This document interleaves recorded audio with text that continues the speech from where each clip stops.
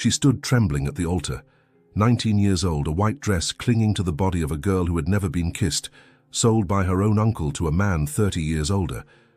But when the billionaire leaned in, he kissed her forehead instead of her lips, and that simple gesture shattered everything she thought she knew about power, control, and love. From that moment on, her story would no longer be about being owned, but about being seen, chosen, and cherished. But what happened next? No one could have predicted. If this story touches your heart, leave a like, subscribe to the channel, and tell us in the comments, where in the world are you listening from? Your presence is what keeps stories like this alive. The cold wind of Brookfield whispered through the cracked windows of a small aging house on Oak Ridge Lane. Inside, Emily Carter moved in quiet routine, clearing dishes, folding clothes, brushing crumbs from the chipped kitchen table. She was only 19, but her movements carried the exhaustion of someone who had lived decades too long under someone else's roof. After losing her parents in a tragic car accident at 16, Emily had gone to live with her mother's brother, Uncle Henry, and his wife Vivian. They never asked her if she wanted to come. She never asked to stay. In exchange for a roof over her head and a bed that creaked every time she turned, Emily worked. She waited tables 6 days a week at Lindy's Diner, the kind of place where coffee came in cracked mugs, and the jukebox never worked. She handed over every dollar she earned to her aunt the moment she stepped through the door each night. Sometimes Vivian didn't even look up from her shows, just held out her hand without a word.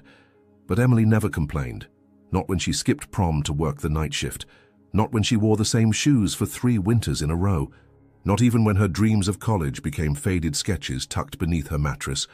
She held her silence like armor, because silence, at least, couldn't be taken from her.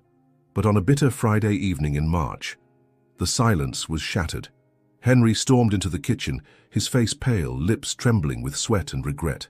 "We're done, Em," he muttered, pacing. "I gambled again. I thought I could win it back, but..." Vivian stood behind him like a shadow, arms folded, face sharp. "He owes over 100 grand, Emily," she said flatly. "They said they'd take the house, everything." Emily clutched the back of a chair. "What do you mean, they?" Vivian's eyes didn't flinch. Jack Morgan. That name dropped like thunder. Everyone in Brookfield knew who Jack Morgan was, the billionaire from Chicago who built his fortune in real estate and tech. A man whispered about more than seen, known for 2 things, being impossibly rich and terrifyingly private. Emily's voice cracked. "Why would a man like him care about $100,000? Henry looked up with something like shame or fear. "Because I borrowed it from him, Emily, months ago, through one of his private lenders. I thought I could double it. Then I couldn't even pay the interest." "And now he wants it back?" she asked, already knowing the answer. Vivian's expression hardened. "No, now he wants you." Silence fell so heavily it made the room shrink. "What?" "He made an offer," Henry choked out. "He'll erase the debt, all of it, if you agree to marry him in 1 week." Emily stepped back, the chair behind her scraping loudly against the floor. Her throat tightened. "You sold me?" Vivian didn't blink. "You'll be taken care of. He's rich. You think waiting tables for nickels will get you anywhere?" "I'm 19, she whispered. "He knows," Henry said, "and he doesn't care." Emily turned to the window. Outside, the wind was blowing flakes of snow across the porch. Her breath fogged the glass. She was 19. She hadn't kissed anyone in 2 years. She hadn't worn a dress since her parents' funeral. And now they wanted her to marry a man 30 years older, a stranger. She stayed awake all night, not crying, just unraveling. And in the morning, when the sky was still dark and her fingers trembled as she buttoned up her diner uniform for the last time, a black car pulled up outside. A man in a charcoal suit stepped out, handed her an envelope with a contract inside. Emily opened it slowly. Inside, a marriage license, already signed by Jack Morgan, a non-disclosure agreement, a list of conditions she had to agree to, and a note, in careful handwriting. "You are not property. This is your choice. Say yes, and I will provide. Say no, and you'll never hear from me again." JM. It wasn't what she expected. No threats, no demands. Still, her heart sank. The choice wasn't really hers. Not with Henry's debt. Not with the roof over her head belonging to the man who ruined her parents' savings and blamed the world for it. She walked to Lindy's one last time, quietly told her boss she was quitting. He didn't ask why. By noon, she was at a fitting room downtown Chicago, standing on a small platform as seamstresses buzzed around her, measuring and murmuring. The woman in charge, Linda, gently adjusted a pin in the back of the white dress. "You know," she said with a soft smile, "Mr. Morgan picked this one himself. He said he didn't want you to feel caged, said he wanted you to feel beautiful, but comfortable." Emily looked at herself in the mirror, long white lace sleeves, a modest neckline, soft fabric that moved like water. It wasn't what she expected. Linda continued, adjusting the hem. "He chose lilacs for the bouquet. Said they were your mother's favorite." Emily turned sharply. "How did he know that?" Linda shrugged. "He asked a lot of questions about you, more than most grooms ever do." And something trembled inside her. Not affection, not relief, just confusion. Why would a billionaire care about flowers, about sleeves and fabric, about what her mother liked? The ceremony was set for 3 days later in a small private chapel at the edge of the city. No guests, no cameras, just the bride, the groom, and the impossible silence between them. When Jack Morgan finally stood before her, dressed in a simple black suit, no ring of gold, no smile of conquest, only tired eyes and a calm voice, Emily didn't flinch. He held out his hand. She placed hers in his. He didn't squeeze, didn't pull. And when the priest said, "You may kiss the bride," Jack simply leaned forward and kissed her forehead. Emily's breath caught. No lips, no claiming, just a gesture of kindness, unexpected, quiet, almost tender. She left the chapel with his last words echoing in her mind. "I made a promise to protect you, not to possess you." Emily Carter had walked into that day believing she'd lost control of her life. But as the car pulled away from the chapel, snow falling softly onto the windows, something new stirred in her chest. Not freedom, not yet, but maybe a flicker of choice. Jack Morgan's penthouse overlooked the city of Chicago like a silent sentinel. From up here, the streets looked like rivers of light, constantly moving, oblivious to the quiet ache inside the man who owned it all. At 49, Jack had everything most people would envy. His name etched on skyscrapers, his influence reaching across oceans. Yet inside his chest there was a hollowness that no acquisition could fill, not anymore. His success hadn't been handed to him. He had clawed his way out of a childhood marked by abandonment, rising from the ashes of foster homes and silent dinners to become one of the wealthiest men in America.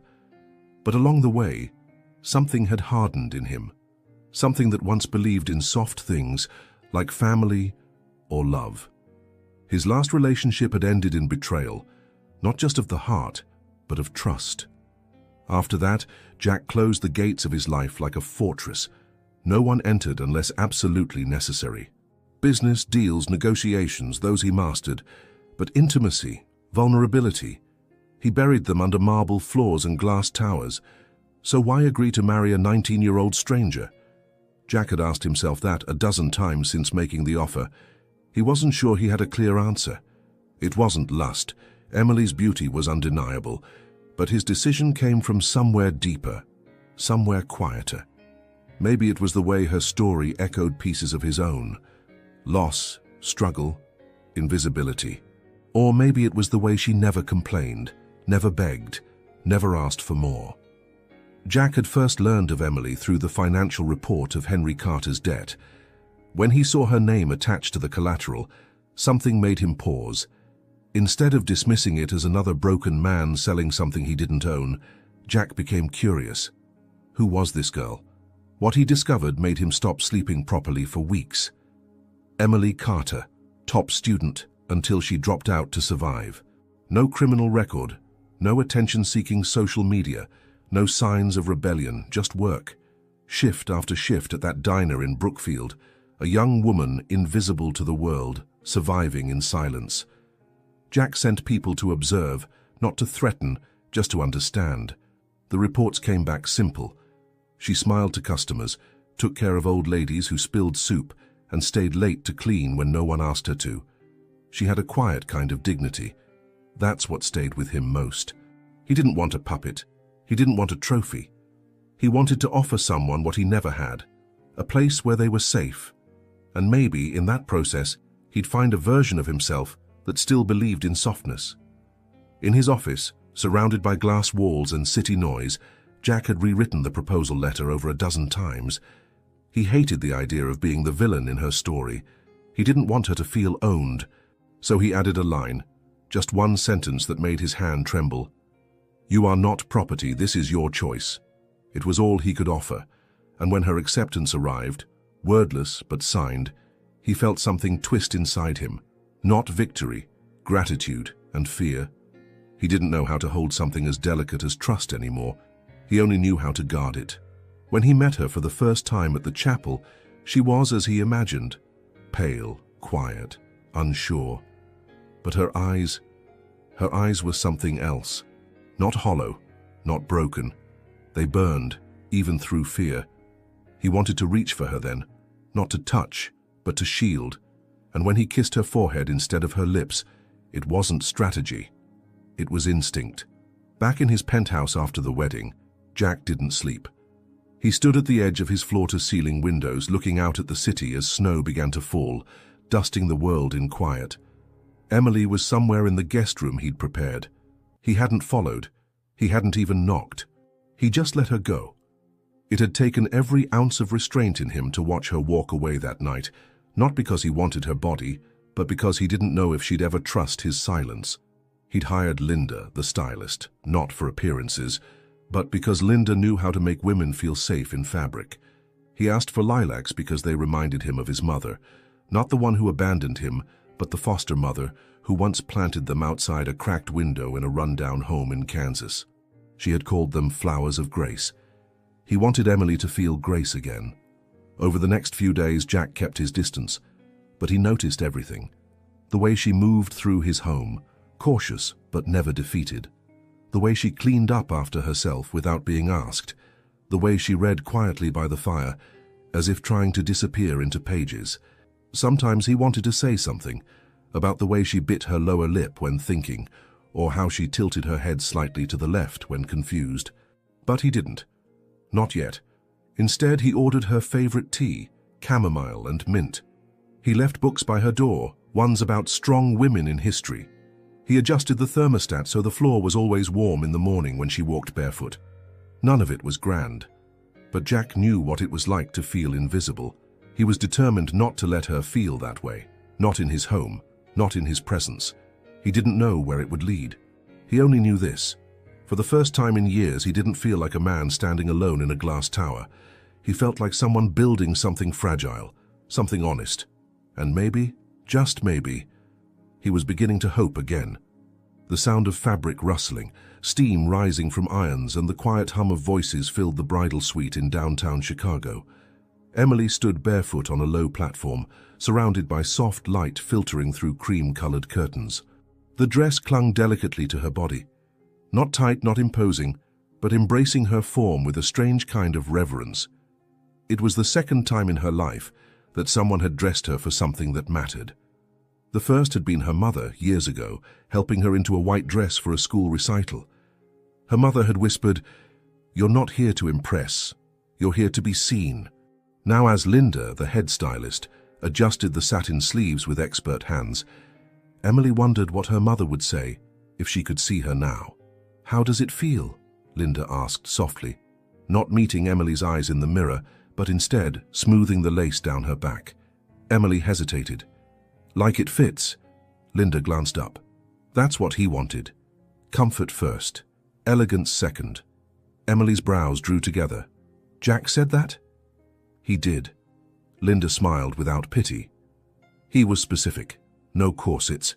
Nothing too tight. "She should feel like she can breathe," he said. Emily looked down at her hands resting in her lap. The thought of Jack choosing softness over spectacle unsettled her. She had imagined a man who would want control, who would want a girl who bowed her head and did not ask questions. But this dress, this space, it felt like neither a trap nor a pedestal. It felt like a preparation, not for possession, but for dignity. The rest of the day was a blur of gentle hands and hushed conversations. Her nails were filed with care, not glamour. Her hair was pinned with lilac blossoms, real ones, fresh and fragrant, not artificial imitations. Someone whispered they had been delivered that morning, specially ordered from a greenhouse in upstate Illinois. Emily hadn't told anyone that lilacs reminded her of her mother, and yet Jack somehow knew. Each time someone mentioned him, they spoke with an odd softness, not fear, not admiration, something in between, as if he were a man made of contradictions, cold steel on the outside, but carrying warm ashes of something once tender. By evening, she sat in a quiet lounge near the dressing room, staring out at the city skyline. The chapel was only hours away. The papers had been signed. The rooms were booked. The silence in her chest was thick. She was going to marry a man she had never kissed, never held, never chosen.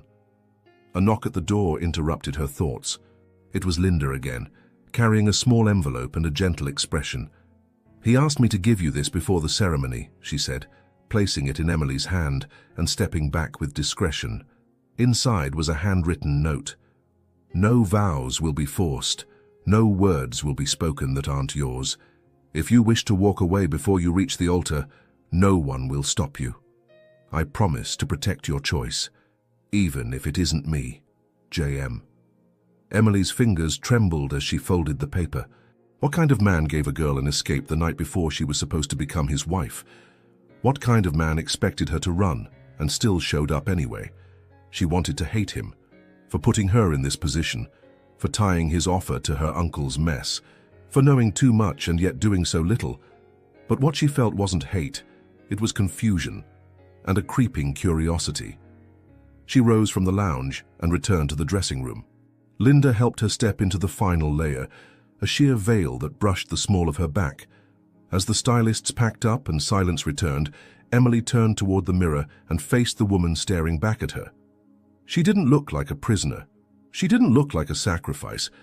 She looked like someone stepping into something unknown, carrying both fear and fire. The car that picked her up wasn't a limousine, but a black town car. Quiet, elegant. The driver greeted her with a soft nod and opened the door without a word. Inside, the air smelled of lilac and something woodsy. Cedar, maybe. A small glass of water sat in a holder, chilled but untouched. She stared out the window the entire ride, watching the snow begin to fall again. It didn't stick. It was too light, too early in the season. But it painted the world with a soft urgency. Her thoughts drifted again to Jack Morgan, the man who hadn't met her yet, but had chosen a dress that let her breathe, flowers that whispered of her childhood, and words that gave her the option to leave. Was this all manipulation, or mercy? At the chapel, she was escorted through a side entrance. No flashing cameras, no crowd, just the smell of candles and fresh pine, the polished wood pews glistening in amber light. The ceremony room was small, intimate. There were only 2 chairs on each side, one occupied by a legal witness, the other by a woman who might have been Jack's assistant. Then he appeared, tall, composed, dressed in classic black and white, no boutonniere, no smile, just calm eyes and steady hands. Their eyes met for the first time in full light. He didn't look away, and neither did she. There was something human in his stillness, not cold, just restrained, as if every word he didn't say sat quietly behind his gaze. As the officiant spoke, Emily stood still, not frozen, just waiting. She half expected her knees to give, for her voice to falter when the vows were spoken. But they didn't. When it came time for him to speak, Jack simply said, "I promise to protect you. I promise to respect your silences and your words. And I promise never to touch you unless you choose to be touched." The room was silent. Not even the candles flickered. And when the time came to seal it all with a kiss, he didn't lean toward her lips. He pressed his lips gently against her forehead, warm, still, respectful. Emily blinked slowly, stunned by the simple gesture. It was the first time in months that she hadn't felt taken.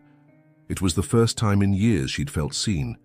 As they exited the chapel, the city lights reflecting off the snow and the car waiting to carry them into something unknown, Emily turned to glance at him beside her. Jack didn't speak. He only opened the door, waited for her to step in, and sat beside her without assumption. No touch, no demand, only presence. And for the first time, Emily felt a crack in her certainty. Because this wasn't how she expected to feel at the edge of something irreversible. And what would happen if she let herself believe that maybe, just maybe, he wasn't the enemy? The soft hum of the city faded behind them as the car slid through the night, carrying them toward the unknown. Emily sat beside Jack in silence, her hands clasped in her lap, veil slightly askew, heart still caught in the echo of a gesture she hadn't expected. His kiss on her forehead. Not possessive, not ceremonial, just real. He didn't look at her often during the ride, but when he did, his gaze was steady, not probing, just present. It was the kind of attention that asked nothing in return, and yet somehow it made her breath catch in her throat. When they reached the building, she assumed it would be a mansion, a cold, hollow display of power.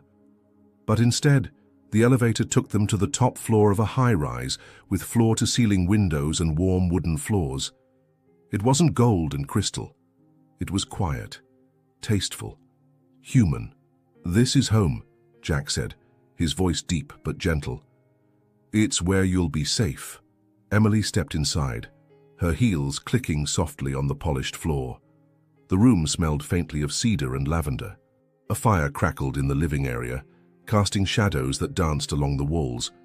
A piano rested near the far end, untouched yet somehow familiar, like it had stories it hadn't told in years. She didn't speak. She didn't know how. Jack moved slowly, never stepping too close. "There's no ceremony here," he said. "No expectations." He handed her a small remote. "This controls everything. Lights, blinds, music, temperature. Your comfort is yours."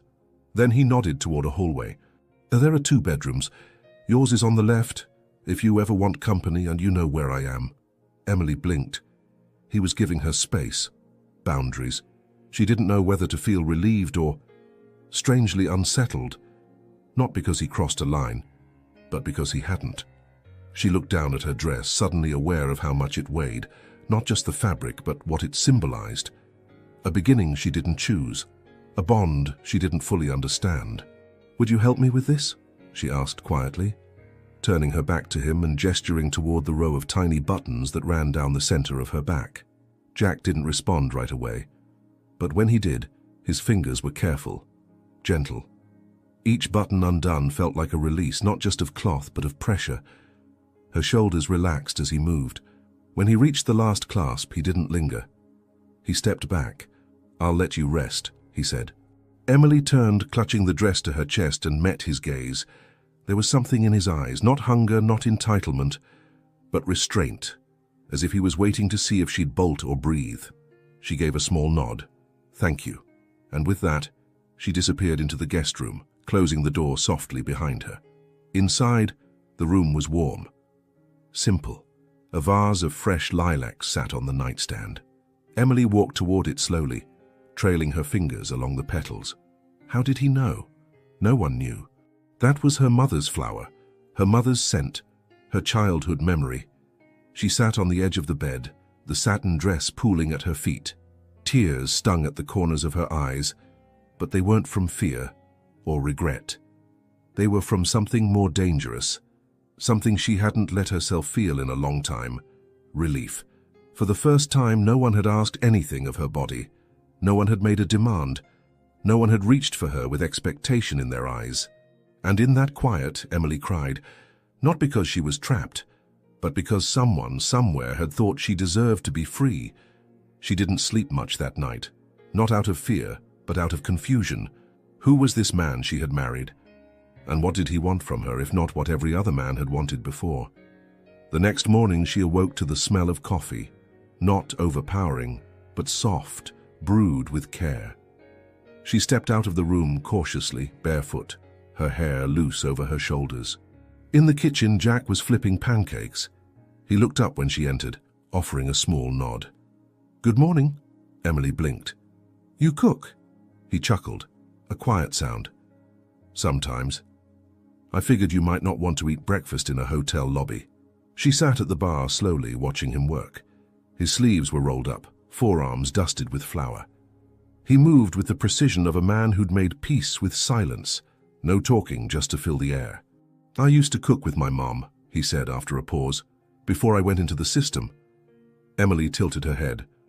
"Foster care?" He nodded. "Until I aged out." She didn't ask more, but the weight of those words lingered in the room like steam. He slid a plate toward her, pancakes, golden and steaming, a touch of cinnamon, a mug of chamomile tea on the side. She smiled before she realized it. "You remembered." His eyes softened just slightly.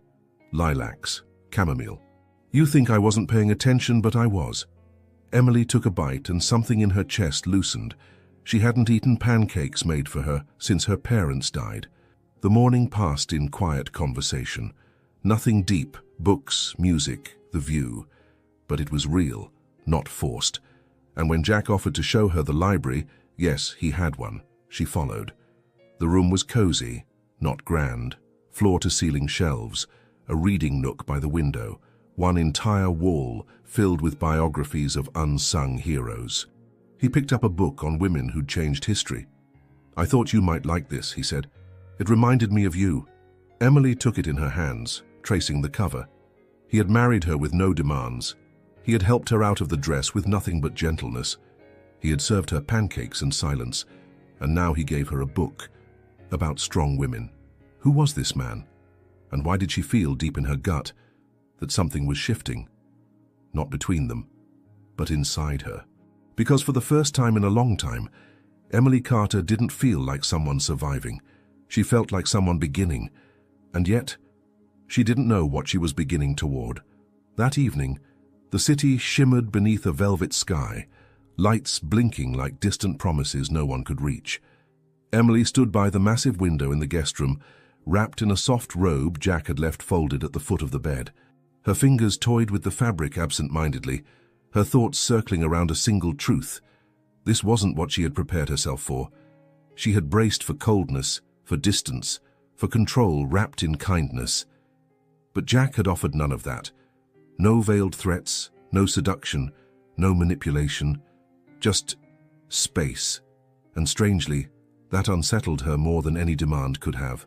A soft knock on the door interrupted her thoughts. "Yes?" she called, her voice smaller than she meant it to be. Jack stepped in slowly, keeping his hands at his sides, his eyes respectfully lowered for a moment before meeting hers. "I just wanted to make sure you were comfortable," he said. "There's dinner in the oven if you're hungry later, and tea in the kitchen." Emily nodded. "Thank you." He didn't move, didn't shift his weight, just stood there quiet. Then softly, "If you need anything." "Actually," she hesitated, then exhaled. "Could you help me with my necklace? I couldn't get the clasp open earlier." He stepped forward slowly, his presence calm, his movements deliberate. She turned around, lifting her hair. He touched the clasp, and for the briefest moment, his fingers brushed the back of her neck. Not inappropriately, not even intentionally, but it was warm, real. The necklace slipped off, and she felt the whisper of metal slide down her skin. "There," he said, stepping back quickly. "All done." She turned to face him again, her voice softer now. I expected something different." Jack tilted his head. "Like what?" "I don't know. I guess I thought..." She struggled to finish the sentence. "That you'd want something from me." He didn't flinch, didn't look offended. Instead, he said, "I want you to feel safe, that's all." A pause. Then he added, "This marriage was never about owning you. I've seen what that kind of power does to people. I've been on the wrong side of it." Emily looked down at her hands, clasped tightly in front of her. "But why marry me?" she asked, not with accusation, but with honest confusion. "Why me, of all people?" He let out a breath. "Because you're not asking for anything. Because you carry so much and still move like you're trying not to disturb the world. I thought maybe you deserved someone to stop and see you." She didn't know what to say. He offered a small, almost imperceptible smile. "I'll go now. Good night, Emily." But just before he turned, she reached out, almost without thinking, and touched his sleeve. "Wait." He froze. She searched his face. "Could you stay just until I fall asleep?" Jack's eyes softened. "Only if that's what you want." She nodded. "You can sit in the chair." And that's exactly what he did. He walked to the armchair by the window and settled in, silent and still. Not watching her, not hovering. Just there. Emily slipped under the covers, the sheets warm from the heater humming softly in the walls. She turned slightly to face him. "Did you ever want a family?" she asked into the quiet. Jack took a moment before answering. "Once. A long time ago. But I stopped believing I'd find it." "Why?" He smiled sadly. "Because every time I got close to love, it came with conditions. Expectations I could never meet." Emily blinked slowly, her body relaxing into the mattress. "I know what that feels like." Silence stretched between them again, but this time it wasn't hollow, it was shared, felt. She closed her eyes, letting the warmth of the moment settle into her chest. Minutes passed. She didn't speak again. But when her breathing slowed, deepened, Jack stood. He walked to the edge of the bed and gently tucked a loose strand of hair behind her ear. "You're safe now," he whispered, barely audible. Then, without another word, he left the room, closing the door with such quiet care it didn't even click shut. Emily didn't see him go, but she felt it. Felt his absence as something that didn't wound, but protected.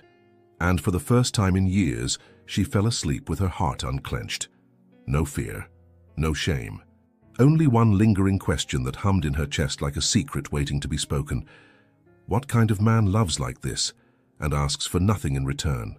The days after the wedding slipped by in quiet rhythm, like snowflakes melting on warm skin, soft, slow, almost unnoticeable. Emily found herself waking each morning in a bed that no longer felt foreign, to a silence that no longer felt empty. Jack kept his promise.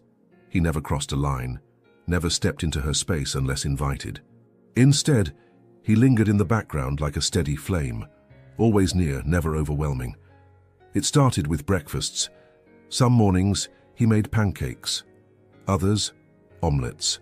One day she woke to the smell of cinnamon and found a plate of French toast waiting by the kitchen window, beside a folded napkin and a fresh cup of chamomile tea. He never sat with her unless she asked, but one morning she did. "Would you like to join me?" she said, barely above a whisper, her fingers wrapped around the mug. Jack glanced up from the paper, surprised. "If you don't mind." And so it began. Conversations at the table, about books, music, his favorite street in Paris, her dream of studying psychology, the moment her father taught her to ride a bike, the way Jack once sold lemonade at age 7 to buy a rusted guitar no one ever taught him to play. It wasn't instant closeness. It was gradual, gentle, like sun-warming frozen soil. Jack had a way of listening that made silence feel sacred. He didn't interrupt, didn't rush to respond. He let her speak or not speak, and never seemed to need more than what she offered.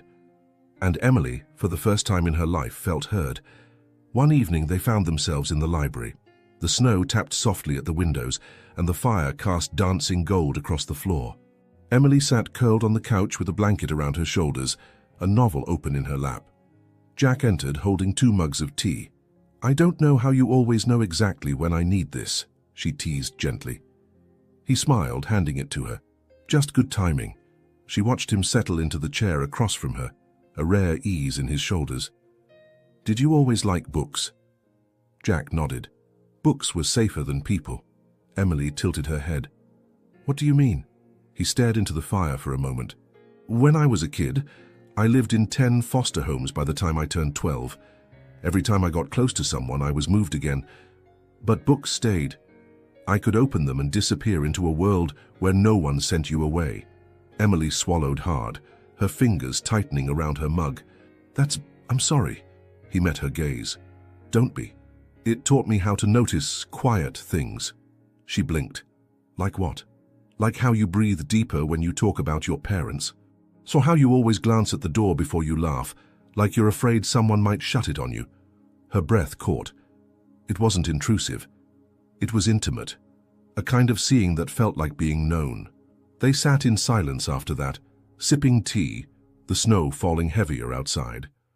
Somewhere in the distance, a wind chime rang softly on the balcony. Another night, Emily wandered into the kitchen and found him cooking. He was barefoot in a dark t-shirt and pajama pants, humming something barely audible under his breath. "Is that Sinatra?" she asked, amused. He turned, sheepish. "Caught." She leaned against the counter. "What are you making?" "Something simple. You want to help?" She nodded. They moved side by side, chopping, stirring, laughing when the sauce boiled over. Her fingers brushed his once as they reached for the same spoon, and this time neither of them pulled away too quickly. That night, they ate at the kitchen island, bare feet touching under the stools. The food wasn't perfect, but the moment was, and it kept happening. Little things, a shared laugh, a story exchanged, a glance that lingered just a moment too long. Once, she caught him watching her as she read, his face soft, unreadable. "What?" she asked. He shook his head. "You just look peaceful when you read." Emily smiled faintly. "That's because I am." Another evening, he asked, "What would you be doing right now if you weren't here?" She thought for a moment. Probably still working at the diner, saving for community college, trying to get out. "And now?" She looked at him. "Now, I'm still figuring that out." And he didn't rush her to decide. He simply nodded. "I hope you take your time." Slowly, something inside her shifted. Jack stopped feeling like a stranger, and Emily stopped feeling like someone who had been bought. She was beginning to feel chosen. One night, as the snowstorm raged outside, the power flickered and went out. The whole penthouse dimmed into candlelight. Emily lit a few from the cabinet and found Jack sitting on the floor beside the fire, legs stretched out, a glass of wine in his hand. She joined him. Wrapped in a blanket, shoulder to shoulder, they talked for hours. About childhood dreams, about things they feared, about the quiet ache of wanting to be someone's safe place and not knowing how. "I think I stopped believing in love a long time ago," Emily said softly. Jack was quiet for a long moment. "Me too." And yet there they were, sitting in the dark, sharing light neither one of them had expected to find. And somewhere between the silence and the snow, between the tea and the stories, between the glances and the unspoken warmth, something unnameable began to bloom. Something gentle, something dangerous, because maybe, just maybe, this wasn't survival anymore. Maybe it was the start of something neither of them dared to call love. Not yet, but it was coming, and they both felt it. The snow hadn't stopped in 2 days. Chicago lay beneath a white hush, and everything seemed slower, softer, quieter. Inside the penthouse, the world felt even more distant, like they were sealed inside something suspended between time and breath. Emily stood at the window, watching snowflakes swirl through the air like feathers lost in a storm. Her fingers held a steaming cup, the scent of chamomile curling into the space around her like memory. Behind her, Jack was setting the table, 2 plates, 2 wine glasses, and a candle already flickering. He'd done this every night that week, never once asking, never once expecting, but always inviting. Tonight was different, not because of what he did, but because of how she felt. Something inside her had shifted, not like a door opening, but like light slowly filling a room that had lived too long in dusk. After dinner, they sat on the floor near the fire again. Emily's laughter rang out as Jack recounted the time he accidentally wore mismatched shoes to a board meeting and didn't notice until the CEO of a rival company pointed it out with a smirk. "I wore those damn shoes for 3 hours," he said, chuckling. "And I didn't care until I saw the photos later." She shook her head, smiling. "You always look so put together. It's hard to imagine you off balance." Jack looked at her then, his expression softening. "That's because you haven't seen me with you." The fire crackled. The silence that followed wasn't awkward. It was heavy with meaning. Emily looked down at her hands, then back up. Her voice came quiet. "Do you know how many people have wanted something from me?" He didn't answer. "They've wanted silence, or service, or obedience, or my body." Her voice didn't tremble. "But you've never asked for any of that." He didn't interrupt. She leaned closer, just slightly, her eyes searching his face. "You've never tried to take anything, but somehow you've given me everything I didn't know I needed."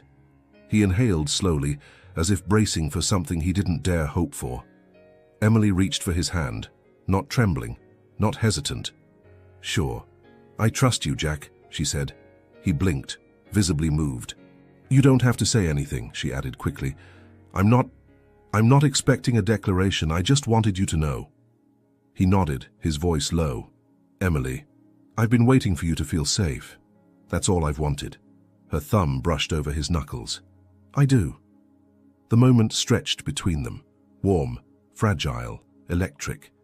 Emily leaned in first, not out of duty, not out of pressure, but because something inside her knew. This was the moment when her past stopped defining her. Their lips met, softly, reverently. It wasn't hunger, it wasn't conquest, it was connection, the kind that didn't just touch skin but rewrote something deeper. He paused, pulling back ever so slightly, eyes searching hers. "Are you sure?" he whispered. She smiled, tears stinging the edges of her vision. "I've never been more sure of anything." He kissed her again, slower this time. And when he lifted her into his arms and carried her to his room, no longer guest but shared space, it wasn't ceremony. It was surrender, not of power, but of fear. The room was dim, the sheets cool against her skin, the only sound their shared breath. He undressed her as if memorizing a sacred text, never rushing, never assuming. And when she trembled, it wasn't from fear, but from the enormity of being wanted, not for what she could offer, but for who she was. He kissed the scar beneath her collarbone that she never told anyone about. He held her, as if his arms had always been meant to carry that weight. Their bodies moved together, not like strangers, but like two people rediscovering what tenderness felt like after too long without it. And when it was over, and their heartbeats slowed in sync, Jack didn't speak. He only held her closer, pressing his forehead to hers. Emily whispered into the quiet, "I was afraid I wouldn't feel anything. And now?" She paused, her voice a breath. "Now I feel everything." Jack exhaled as if those words healed something in him too. They lay there in the dark, limbs tangled, silence settling like snow over rooftops. Outside, the storm softened. Inside, something far more dangerous began to bloom, something permanent. But Emily didn't try to name it. Not yet. She only held on tighter, knowing deep in her chest. This was no longer survival. This was choosing. And for the first time in her life, she was choosing love. The morning after was different, but not in the way Emily had feared. There was no awkwardness, no shift in tone, no ownership in Jack's eyes, just a quiet tenderness that lingered like sunlight, warming bare skin after a long winter. When she woke, his side of the bed was empty, but a soft note rested on the pillow. "Breakfast is waiting." "No rush?" "Jay." She smiled, pulling the sheet around her as she sat up. Her body ached in ways that reminded her she had surrendered, completely. But her spirit felt stronger than it ever had. She wasn't broken. She wasn't used. She was loved. And more importantly, she had chosen to be. Downstairs, the table was already set. Warm toast, eggs and strawberries cut into heart shapes that made her laugh. Beside her plate sat a small leather-bound book, The Art of Letting Go. Inside, a bookmark rested on the first chapter. Love built on fear is not love at all. She turned the page slowly, her fingers brushing the soft paper. "Morning," Jack's voice came from behind her, gentle and low. She turned.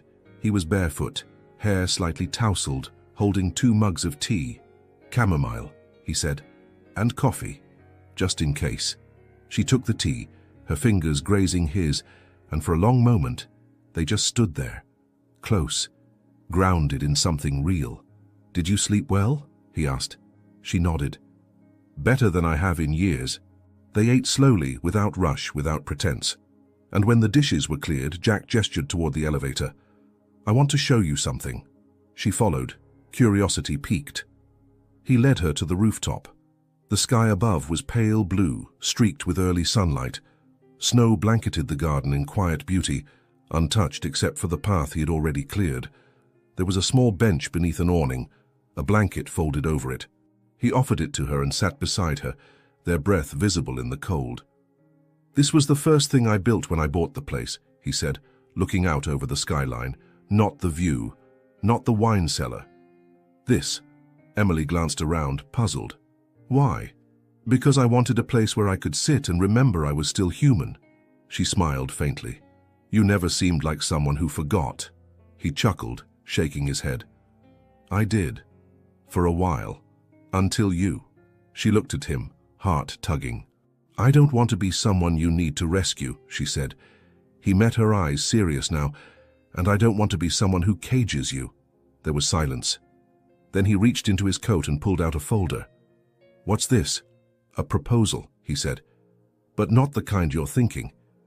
Inside were documents, college applications, psychology programs, grant options, blank forms, waiting for her name. "I looked into some schools," he said quietly, "in case you still want to study." Emily stared at the papers. You did this for me?" He nodded. "Not because you owe me anything, but because you deserve to build your own future, on your terms." Her eyes filled. "No one's ever asked me what I wanted." "Well," he said, voice low. "What do you want, Emily?" She couldn't answer. Not yet. The question was too big, too beautiful. But her silence wasn't hesitation. It was awe. In the weeks that followed, their bond only deepened. They danced barefoot in the living room when no music played.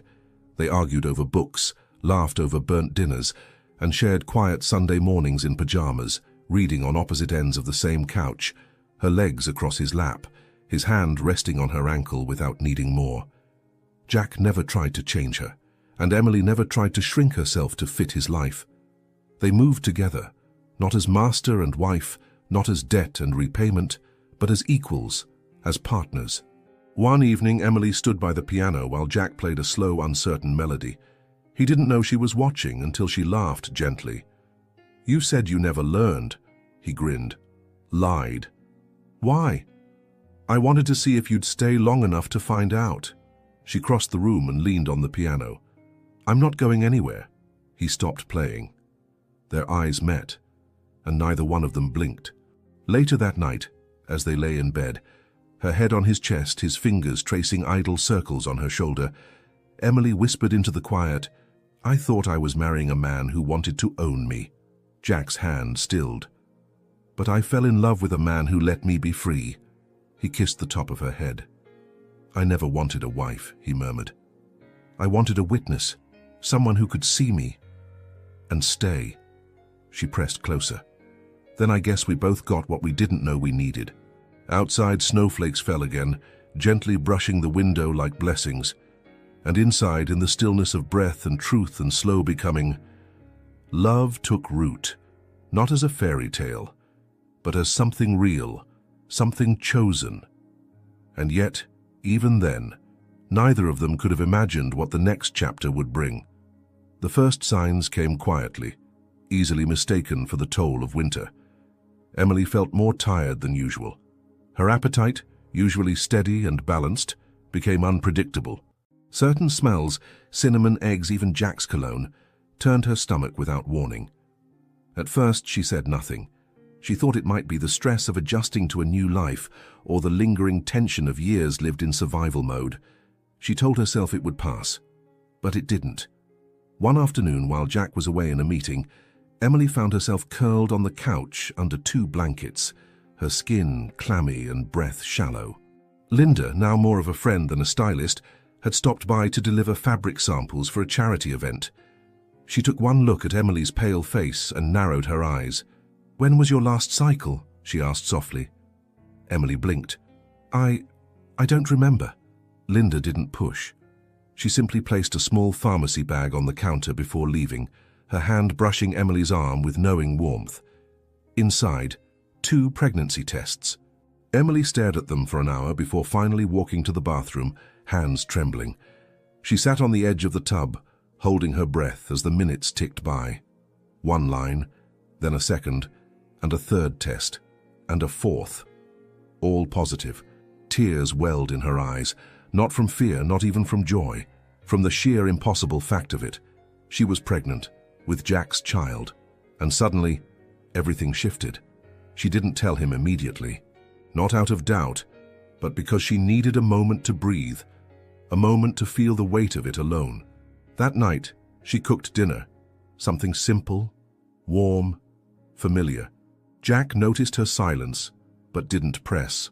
He only watched her, gentle as always.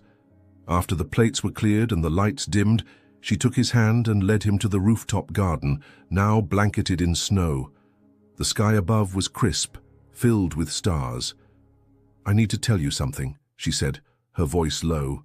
Jack turned to face her fully. "What is it?" She placed his hand over her stomach. At first he looked confused. Then his breath hitched. His eyes widened, flicking from her face to his hand, to her eyes again.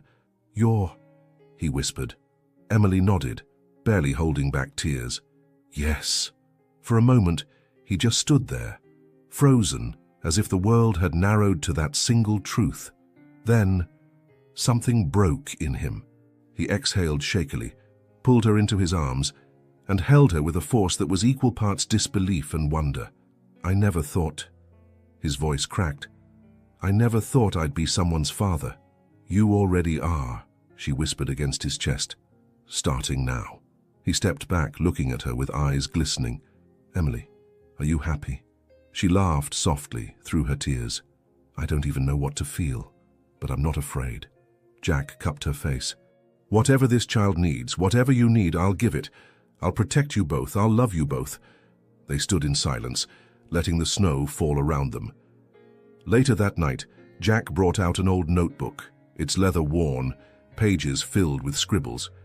He handed it to her. "What's this?" "My list," he said. "Everything I promised myself I'd do if I ever had a child." Emily flipped through the pages. "Read bedtime stories. Never miss a birthday. Teach them to cook. Tell them the truth even when it's hard. Show them what love looks like by how I treat their mother." She couldn't hold back the tears. "I don't know how to be a mother," she confessed. Jack took her hand. "Neither do I. But we'll learn together." In the days that followed, something opened between them. They visited bookstores, flipping through baby name guides, arguing playfully about nursery colors. Jack insisted on soft greens and creams. Emily wanted pale lilac, of course. He touched her more now, not out of desire but devotion. A hand on her back when she stood too quickly, fingers brushing her hair back as she fell asleep. Kisses on her stomach, spoken dreams whispered into her skin. Sometimes she caught him talking to the baby when he thought she was asleep. "Hi there," he'd say, fingers splayed protectively. "I'm your dad. I've never done this before, but I promise I'm going to give you everything I never had." They began to dream aloud, of school runs, birthday cakes, laughing in the kitchen, late-night talks when the baby was old enough to ask big questions. And one night, as they sat on the couch, her head in his lap, Emily whispered, "Do you think we were meant to be a family?" Jack didn't answer right away. Then he said, "I think we were meant to be healing, and from that came family." Emily smiled through the tears, not of sadness, but of awe, because she wasn't just becoming a mother, she was becoming herself. And what none of them knew yet, what no test could show and no plan could predict, was that this child would not only transform their lives, but reveal secrets from the past that neither Emily nor Jack were ready to face. The air had begun to shift. Winter was slowly giving way to the promise of spring, though the snow still clung to the corners of the city like memories that refused to melt. Emily was in the study one afternoon, organizing old boxes Jack had offered to donate to a local shelter. It was a quiet day. Jack was away at a business meeting, and she found peace in the stillness. As she reached for a dusty carton labeled Carter Family, something inside her paused, her last name, her past. She hadn't spoken to her aunt and uncle in months, not out of revenge, just silence. She had forgiven Henry long ago, at least in pieces, But she hadn't known how to revisit that version of herself, the version that wore pain like a second skin. The box wasn't from them. It was from a storage unit in Brookfield, now closed. Jack had quietly paid off the debts and transferred everything into their care without telling her. Inside were faded photo albums, a few trinkets, and a worn envelope sealed in wax. Her mother's handwriting stopped her heart. "To Emily for when she is ready." With trembling fingers, she broke the seal. There were several folded letters inside, neatly tied with blue ribbon. The first bore her father's name. "My dearest Emily, if you're reading this, it means life took a turn we never wanted.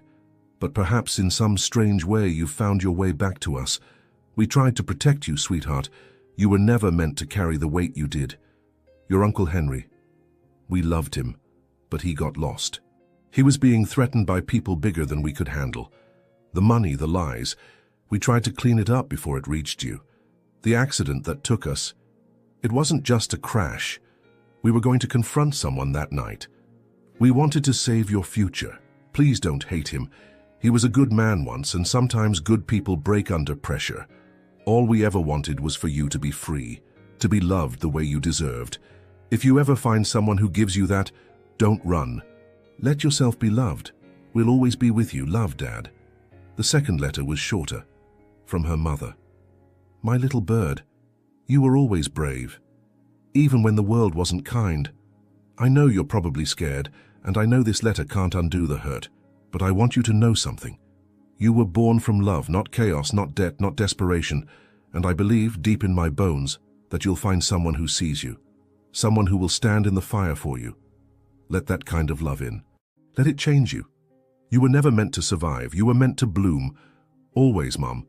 Emily didn't realize she was crying until the words blurred on the page. She clutched the letters to her chest, knees pulled to her chest, rocking slowly as wave after wave of release poured through her.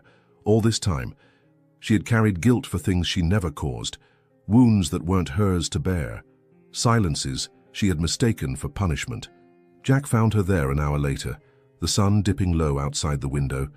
He knelt beside her wordless and gently pried the letters from her hands to read them silently. When he finished, he looked at her with a depth of tenderness she had never seen. "I wish they could see you now," he whispered. She laughed through the tears. "Maybe they do." He held her as she wept, not just for the loss, but for the release. And the next day, without announcement or fanfare, Emily asked to visit her aunt's home. Vivian opened the door slowly, thinner now, older than Emily remembered. The house smelled the same, lavender soap and coffee, but the energy had shifted. "I didn't think I'd ever see you again," Vivian said. "I didn't come to reopen wounds," Emily replied gently, "just to close a few." They sat at the kitchen table, the same one where Emily had once counted tips, where her dreams had sat folded beneath bills and silence. Vivian poured tea, her hands trembling. "He died 2 weeks ago," she said quietly.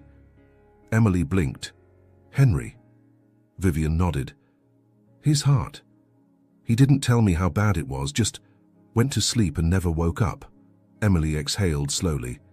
She felt no rage, only sadness, a kind of grief that didn't demand attention but simply settled. "I found letters," she said after a while. "From my parents." Vivian wiped her eyes. "He kept those. Always said they belonged to you." Emily reached across the table, placing her hand over the older woman's. "I forgive you," she said softly. "Both of you." Vivian broke. The sobs that followed weren't loud. They were tired, emptying. Centuries of shame and regret released in the space of one touch. They talked until the sky turned dark. When Emily returned home, Jack met her at the door and pulled her into his arms. "How do you feel?" he asked. "Light," she said, "like I finally made space. For the new." He placed a hand over her growing belly. "Then we're ready." Emily leaned into his chest, closing her eyes. She had walked through fire, but now, finally, she was ready for life. And just beneath her ribs, something fluttered. A first kick, a new beginning, a promise of what was yet to come. The snow returned the day Emily went into labor. Not the soft, dreamy flakes of early winter, but a thick white curtain that blanketed the streets and silenced the city. Jack had been on the phone with a board member when he heard her call his name from upstairs. Sharp, breathless, urgent. He was running before he realized it. She stood in the doorway of their bedroom, hands on the small of her back, eyes wide. "It's time," she whispered, pain tightening her features. Jack didn't panic. He'd prepared. The bag was ready. The route to the hospital mapped out. Even a backup driver on standby in case the storm worsened. But nothing could have prepared him for the sound of her breathing in the car. Sharp, rhythmic, desperate. Or the way her fingers dug into his hand with every contraction. Or the moment she turned to him between waves of pain and said, "Don't let go." "I won't," he promised. And he didn't. The hospital room was warm and bright, but to Jack it felt like standing on the edge of something holy. Nurses moved around them with quiet urgency. Machines beeped. The world blurred into the steady rhythm of Emily's breath and the tightening of her grip. Time lost meaning. 3 hours. 6. 11. The pain etched itself into Emily's face, but she didn't break. She clenched her jaw, whispered through tears, cursed under her breath, and kept going. At one point she looked at Jack and said, "I can't do this." He leaned close, his forehead touching hers. "You are doing it, and I've never seen anything braver." And then, when the room shifted into a blur of movement and voices, when the nurses told her it was time to push, Emily closed her eyes and surrendered. Jack never looked away. Not when she screamed, not when the blood came, not when her body arched with a pain deeper than language. He held her hand the entire time, whispering, "You're almost there," again and again until it became a chant, a vow, a lifeline. And then a cry, small, sharp, brand new. Emily collapsed back into the bed, tears streaming down her face, her chest heaving, and Jack stood frozen. The doctor placed a tiny wriggling boy onto Emily's chest, and for a moment, time didn't just stop, it dissolved. Their son, pink cheeks, a dusting of dark hair, eyes tightly shut. Emily stared in wonder, barely able to speak. Jack knelt beside the bed, tears falling freely now, hands shaking. She looked at him. "Jack, meet Daniel." He reached out slowly, his fingers grazing the baby's back. Daniel stirred, tiny hands curled into fists, a soft whimper escaping his lips. And Jack broke, completely. He lowered his head to his son's, pressing his lips against the tiny crown, his shoulders trembling with silent sobs. "I never thought I'd be here," he whispered. "I never thought I'd be enough." Emily reached for his hand. "You are." He looked at her, eyes raw. "How can I thank you for this?" She smiled through tears. "Just love him. Every day. That's all he'll ever need." They stayed like that for hours. No calls, no visitors. Just the three of them wrapped in warmth, in tears, in the quiet miracle of becoming something new. Later, as snow fell beyond the hospital window, Jack stood at the glass with Daniel nestled in his arms. Emily watched from the bed, drowsy but alert. He rocked slowly, whispering things she couldn't hear. "What are you telling him?" she asked. Jack turned, his expression open, full of something new, something unshakable. "I'm telling him he was born from choice," he said. "Not obligation, not chance, but two people who chose each other and now choose him." Emily wiped her tears. "I'm telling him," Jack continued, looking down at the tiny face pressed to his chest, "that he will never wonder if he's loved. Not for a second." They brought Daniel home 2 days later, bundled in a cream-colored blanket, his face half hidden beneath a soft hat. The penthouse felt different, not larger, not quieter, just fuller. Emily stood in the nursery Jack had built himself, painted walls in soft sage, shelves filled with books and plush animals, a rocking chair beside the window. She placed Daniel gently into the crib, brushing her fingers over his tiny cheek. Jack stood behind her, arms wrapping around her waist, chin resting on her shoulder. "He's perfect," she whispered. "He has your courage," Jack said, "and your eyes." Emily turned to face him. "And he has your heart." Jack smiled, his eyes still misted. "Then he's already the luckiest boy alive." They stayed there until Daniel drifted off to sleep, the hush of the city below like a lullaby. And for the first time since she was a child, Emily felt it. Not safety, not comfort, but home. because home, she now knew, wasn't a place. It was people. It was Jack. It was Daniel. It was love. And as she turned off the light and let Jack lead her back to bed, she whispered to herself, "This is what they meant. This is what they were trying to protect me for." And somewhere, in the quiet spaces of memory, she could almost hear her mother's voice. "Let yourself be loved." The house in the outskirts of Chicago was nothing like the penthouse they once called home.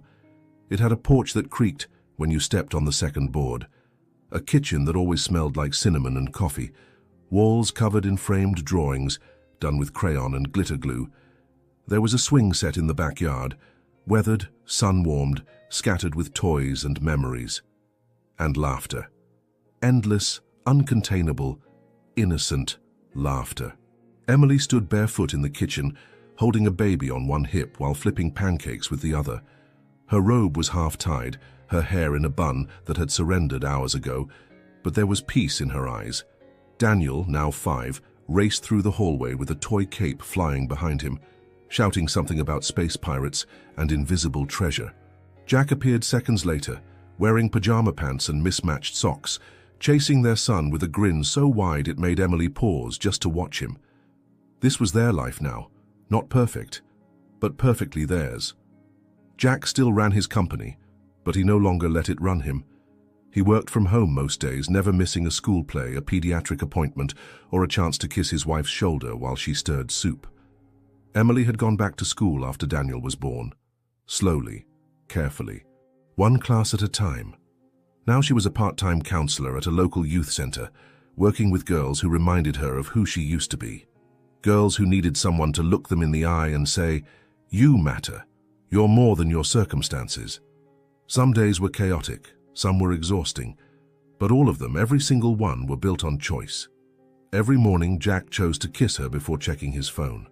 Every evening, Emily chose to listen, to hold his hand even when they were too tired for words.